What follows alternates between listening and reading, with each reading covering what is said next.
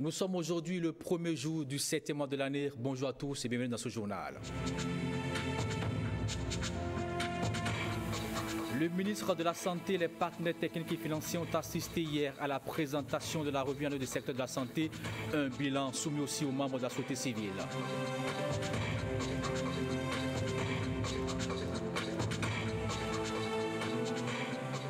Un nouveau forage d'eau mis à la disposition des habitants de Parc Tagore, c'est dans la commune de Djougou. C'est une initiative de la société La Saison. Elle vient enrichir le parc hydraulique de la commune.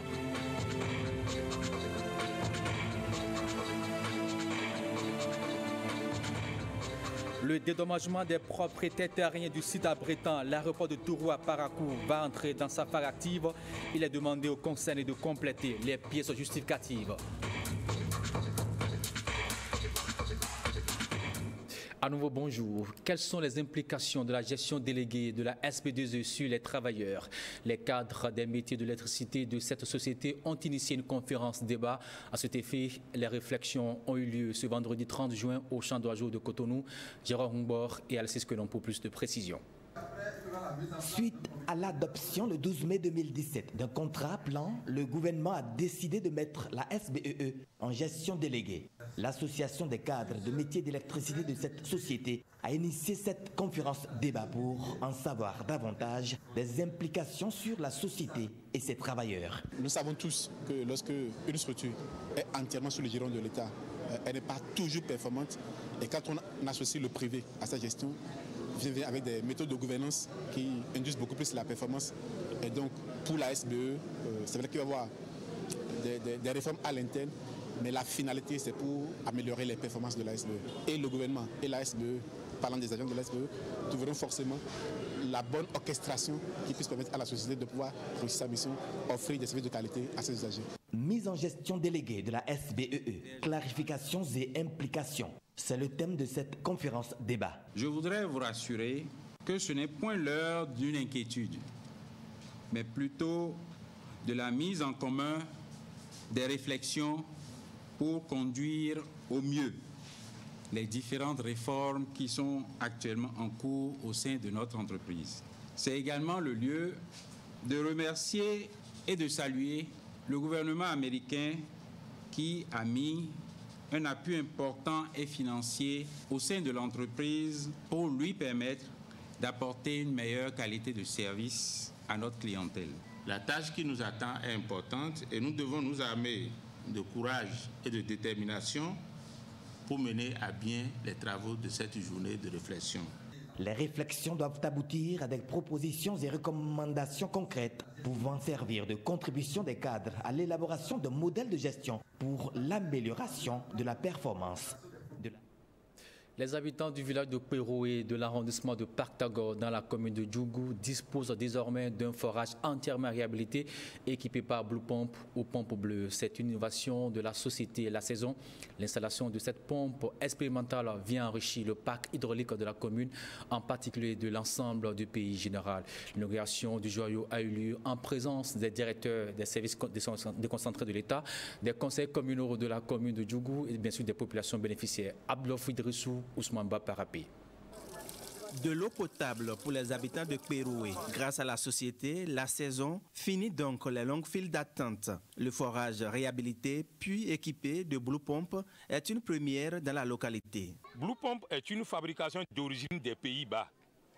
Elle peut être posée sur des forages des profondeurs allant jusqu'à 90 à 100 mètres.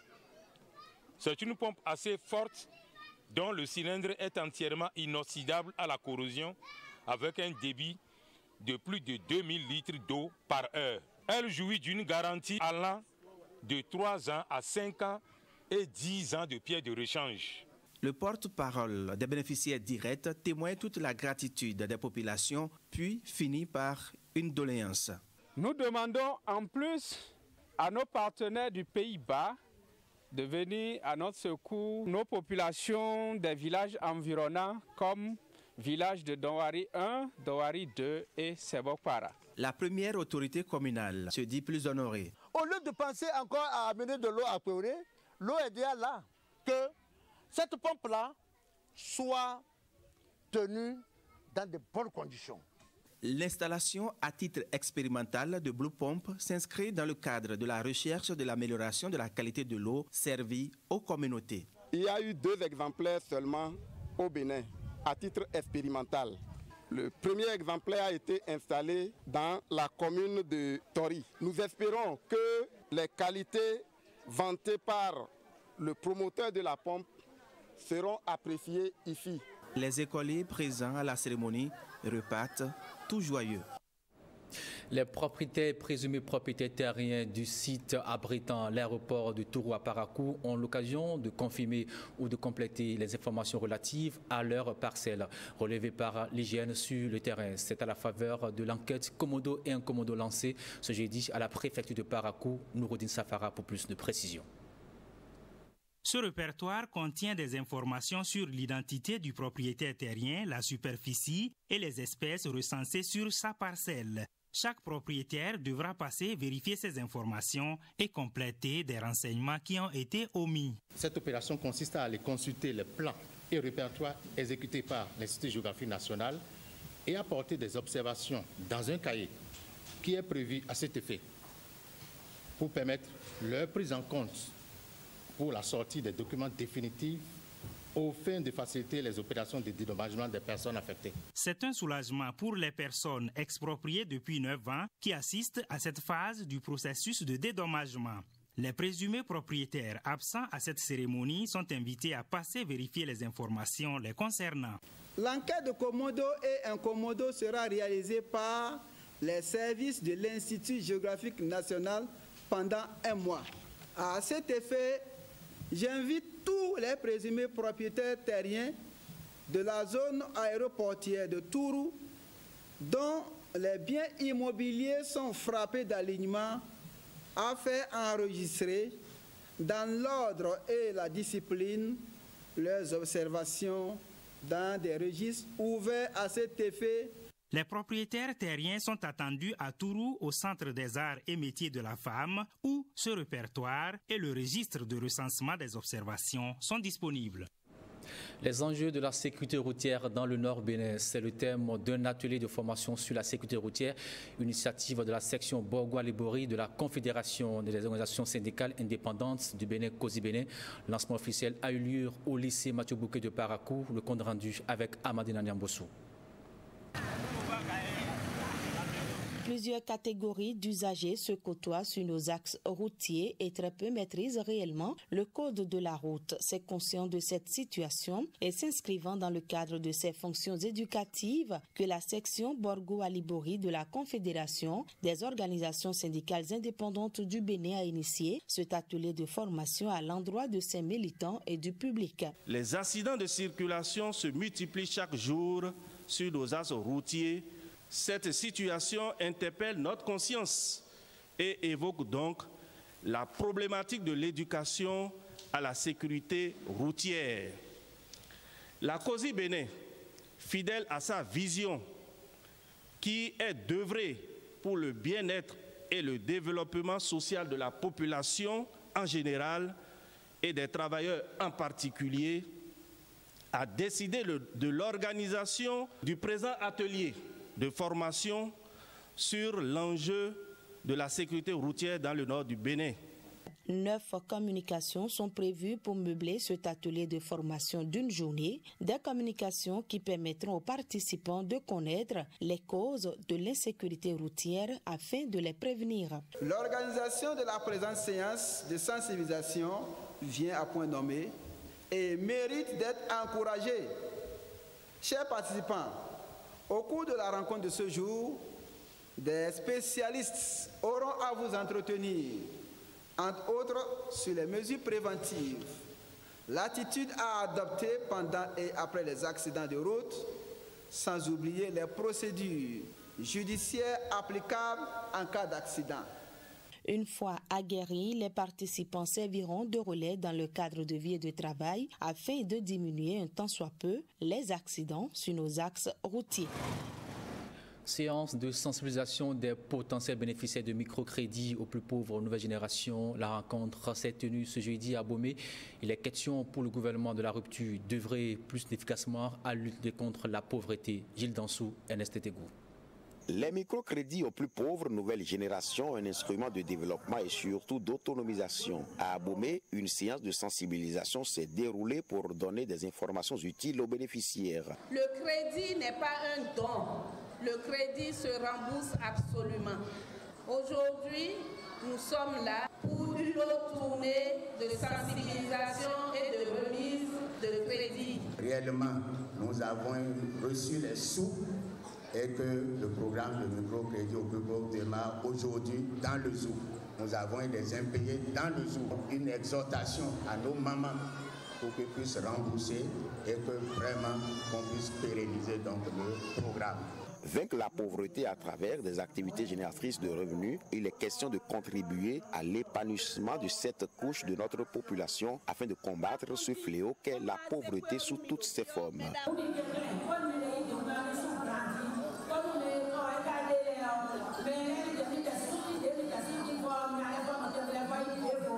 Les autorités à divers niveaux ont salué la tenue de cette rencontre, un pas important vers l'épanouissement de tous. Nous souhaitons que vous puissiez vous rendre autonome économiquement sans toujours avoir recours à des crédits. C'est cela. Et vous avez promis de faire en sorte que les crédits qui vous seront octroyés fassent l'objet de remboursement. Ce qui vous intéresse le plus, je le sais, c'est qu'après le microcrédit, que l'assurance maladie soit une réalité. Et je vous ai dit, nous y travaillons déjà dans les mois qui vont suivre. L'assurance maladie, pour tous les Béninois d'ailleurs, ça va être rendu obligatoire, sera une réalité. Pour ce qui concerne les plus pauvres, la prime est prise en charge intégralement par l'État. Vous allez vous faire soigner gratuitement. Des microcrédits pour un développement à la base et la solution est toute trouvée. Dans le domaine des microcrédits, pour vous dire que la coopération pour la promotion de l'épargne et du crédit a tenu son assemblée générale ordinaire, une assise consacrée à l'étude du rapport d'activité de l'année 2016. L'objectif est de revisiter les activités menées l'an dernier et de faire les projections sur le futur. Compte rendu, Cécile Rondé. Évaluer les activités de l'année 2016, définir les forces et faiblesses à divers niveaux, c'est l'exercice auquel s'attellent ces membres de la coopérative pour la promotion de l'épargne et du crédit CEPEC. Une vue globale sur les acquis de l'année antérieure. Le conseil d'administration a tenu régulièrement ses réunions statutaires au cours de l'exercice 2016. Le conseil a veillé à l'application du respect du taux d'usure dont le plancher est fixé à 24%. Au cours de l'exercice 2016, le comité a examiné favorablement, directement ou par mandat au comité interne de crédit, 2247 dossiers de demande de crédit pour un montant total décaissé de 2 64 884 000 francs. En somme, le fonctionnement a été satisfaisant.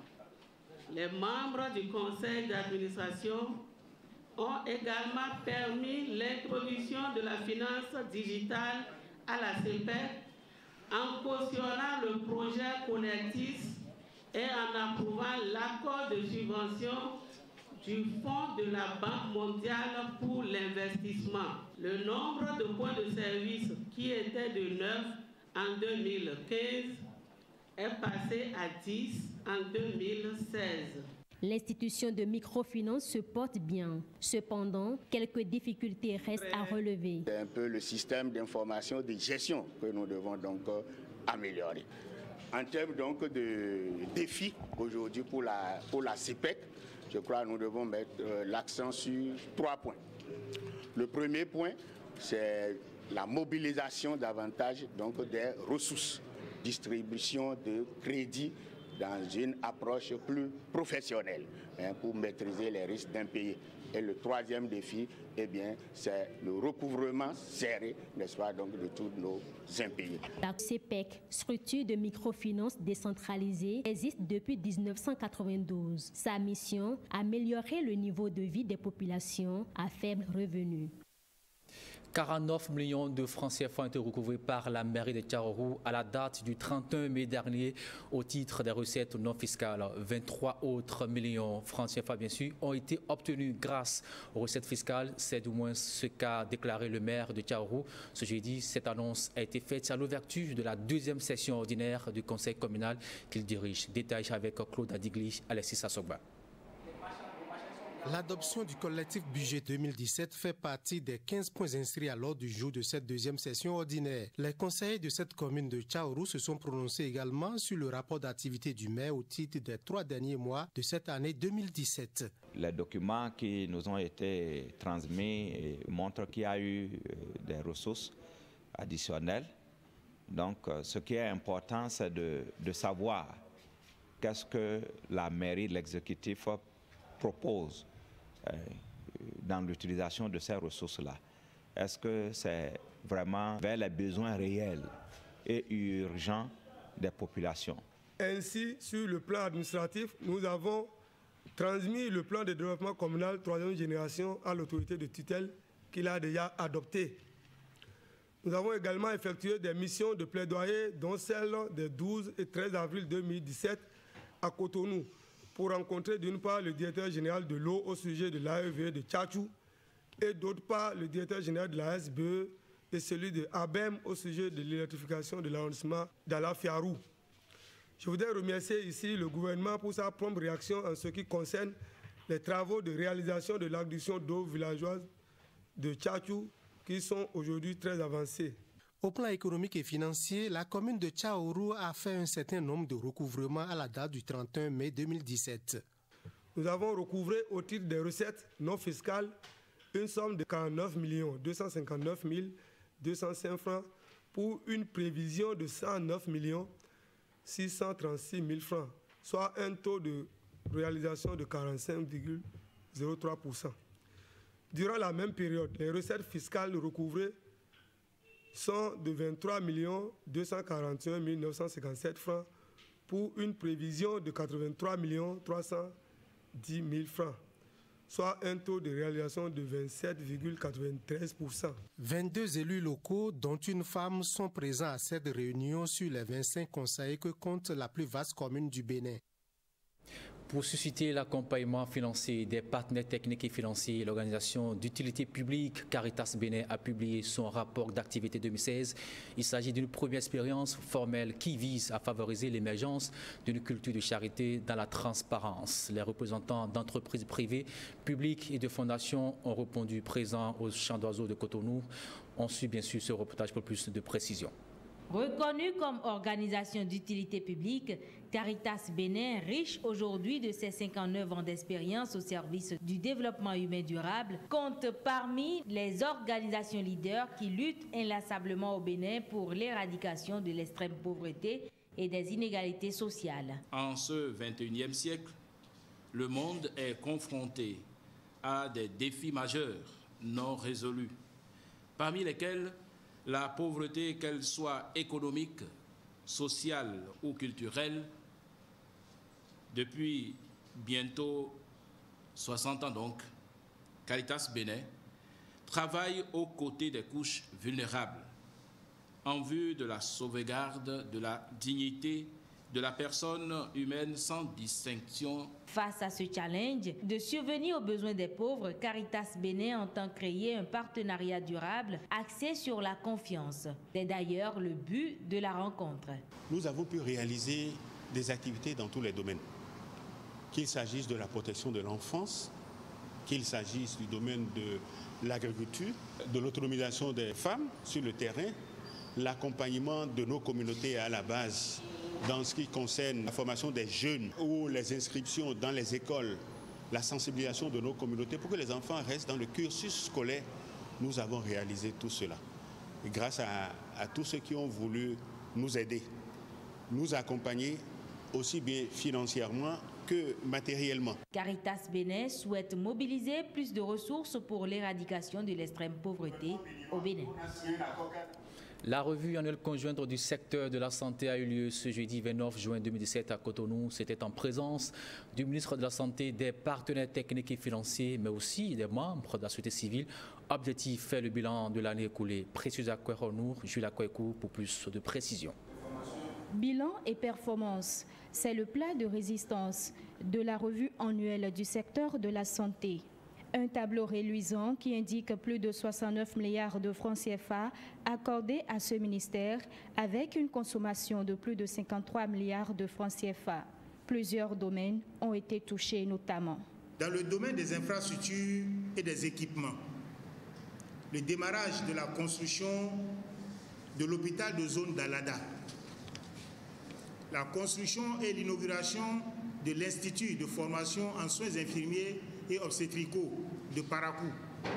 Dans le domaine des ressources humaines, le recrutement et la prise en charge de 32 médecins spécialistes, pédiatres et gynécologues au profit des hôpitaux.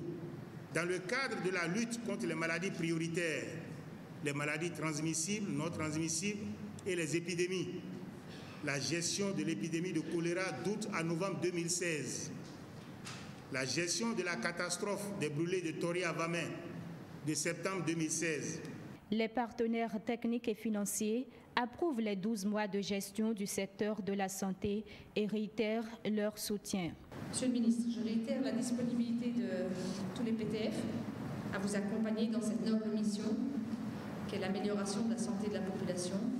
Et je suis persuadée qu'en mettant collectivement à profit cet espace de concertation dans les 2 jours à venir, nos travaux sortiront des recommandations porteurs de changement. L'engagement des partenaires techniques et financiers renforce l'espoir d'un secteur de santé plus performant au Bénin. L'opérateur de téléphonie mobile MTN ayant à cœur la satisfaction de ses abonnés vient de lancer de nouveaux services. Il s'agit de Toujours Plus qui est officiel depuis hier vendredi. La cérémonie s'est déroulée à Golden Tulip en présence des consommateurs, des partenaires du réseau bien sûr. Suivons ce reportage pour plus de précision. Ces 11 ans-là qui ont marqué justement le marché béninois nous ont justement permis d'avoir avec nous une grande famille de 4,2 millions d'abonnés. Avec 11 ans d'expérience et d'exercice au Bénin, MTN ne cesse d'innover. Un plan tarifaire unique de base pour répondre aux plaintes des consommateurs relatives à la qualité des prestations offertes par le réseau. Toujours plus, c'est toujours plus d'avantages, toujours plus de flexibilité, toujours plus de liberté, toujours plus de facilité dans l'utilisation de nos services chez MTN. Aujourd'hui, nous sommes heureux de vous présenter notre nouveau plan tarifaire de base qui viendra remplacer le plan tarifaire KIF et puis WABA.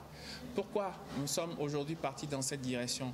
Tout simplement parce que lorsque nous avons écouté nos abonnés, nous avons entendu leurs cris, nous avons entendu leurs doléances, il était quand même important pour nous de pouvoir revenir et de travailler sur une offre qui puisse apporter réellement satisfaction à leurs besoins. Raison pour laquelle nous avons décidé de simplifier nos offres, surtout les plans tarifaires, qui aujourd'hui deviendra MTN Plus, sur lequel vous aurez des avantages aussi bien sur la voix, en termes de bonus journalière, des avantages sur le SMS et des avantages aussi bien sur les numéros favoris. Outre MTN et la refonte du site web, des dates pour toujours plus de fun, Yellow Summer. Un thème et le même lieu, Fidros et plages. La promotion 2017 des GLB entendait les jeunes leaders du Bénin, un programme de formation de la Fondation Freddy Schebert était dans la matinée de ce vendredi dans les locaux du Parlement. Il s'agit pour ces jeunes de saisir le fonctionnement de l'Assemblée nationale en tant qu'institution de la République. Suivons ici l'un des membres du programme GLB. L'objet de cette visite s'inscrit dans le cadre de la deuxième session du programme de formation qui est la découverte des institutions. Donc nous sommes venus découvrir l'Assemblée nationale, comprendre son mode de fonctionnement et son organisation. Nous avons échangé avec le vice-président de l'Assemblée nationale qui nous a briefé sur le fonctionnement de l'Assemblée. Je retiens que l'Assemblée nationale est une institution de la République qui représente le peuple et qui contribue au vote de loi et au contrôle de l'action gouvernementale. Cérémonie de remise de prix aux lauréats du concours Boost Bénin à Boycon, un concours initié et mis en œuvre par Bonnefontaine qui vise bien sûr à stimuler l'émergence des jeunes femmes qui disposent d'une bonne idée de projet d'entreprise. Françoise Nissou et Mérida Kwessoton pour plus de précisions. Sur plus de 1000 jeunes femmes au départ du concours Boost Bénin, seulement 41 ont tenu bon, se sont affirmées et reçoivent aujourd'hui leur attestation. Boost Bénin est un concours ouvert uniquement à la gente féminine, initié dans le cadre du projet LIFT, projet de promotion de l'entrepreneuriat des jeunes dans le département du Zou. Un projet exécuté par Bornefonden. L'objectif du projet LIFT, c'est de faire les jeunes pour qu'ils puissent vraiment devenir des personnes responsables, des personnes qui arrivent vraiment à susciter, contribuer au développement du département, de leurs communes respectives et de leur communauté aussi. Je constate avec joie ici aujourd'hui que certains projets travaillent comme de la termite. La termite qui construit sa termitière à côté de vous, vous ne sentez aucun bruit et vous voyez la maison, l'édifice monter. Au-delà des attestations reçues, chacune des lauréates aura droit à une somme de 200 000 francs CFA pour démarrer son projet. Elles bénéficieront également d'un mécanisme d'accompagnement et d'appui conseil et le renforcement de leurs capacités en entrepreneuriat, en gestion et en technique de production. Ceci est une modeste contribution de l'ONG Bornefonden pour l'amélioration des conditions économiques et sociales des femmes. Toutes les lauréates se joignent à ma voix pour dire merci, merci et infiniment merci à Bornefonden. 41 femmes lauréates du concours Boost Bénin, 41 belles idées de projets d'entreprise en gestation. Les responsables du projet LIFT promettent un suivi régulier pour la concrétisation de toutes ces idées d'entrepreneuriat. Sous la coupole de l'ambassade des États-Unis d'Amérique, la salle Blue Zone de Zongo à Cotonou a servi de cadre à la compétition dénommée The Power of Slam, en français le pouvoir du slam. L'initiative est de Précieuse Sanoumé, bien c'est bien cela. La compétition finale a réuni 3 collèges du littoral et tout s'est déroulé le mardi 27 juin 2017 devant Calvado Aronour et Patrick Diossou. On suit le reportage. Je reçois de sa providence divine le souffle. Ici, il avait un air hagard de peur. Là, il a un regard bleu de pleurs, du bleu de ce centre dit Blue Zone. Les premières places ratées, dans sa tête résonnent. C'est à cause de moi, mon groupe a échoué. Elle a le sourire d'un bleu gracieux. Son équipe et elle occupent la marche des victorieux. On ne peut qu'avoir la joie d'avoir à la fin été pris pour vainqueur. Nous sommes à une compétition de slam, The Power of Slam. Slam rime avec Oncle Sam, les États-Unis d'Amérique, parrain de cette joute poétique. L'ambassade des États-Unis d'Amérique, à travers sa direction des affaires publiques, est fière d'avoir apporté une contribution financière à la réalisation de ce projet. Et pour cette aventure bien impériale et impérieuse, il fallait une jeune Amazone bien prénommée Précieuse. Avant, j'ignorais que je pouvais faire du slam. Après, je me suis rendu compte que je pouvais faire bien plus. Face à un jury de professionnels en art musical et en relations publiques, Akwakwa Centre Zobo et Dantopa, 3 collèges d'enseignement général public, ont planché devant un serein et sérieux public.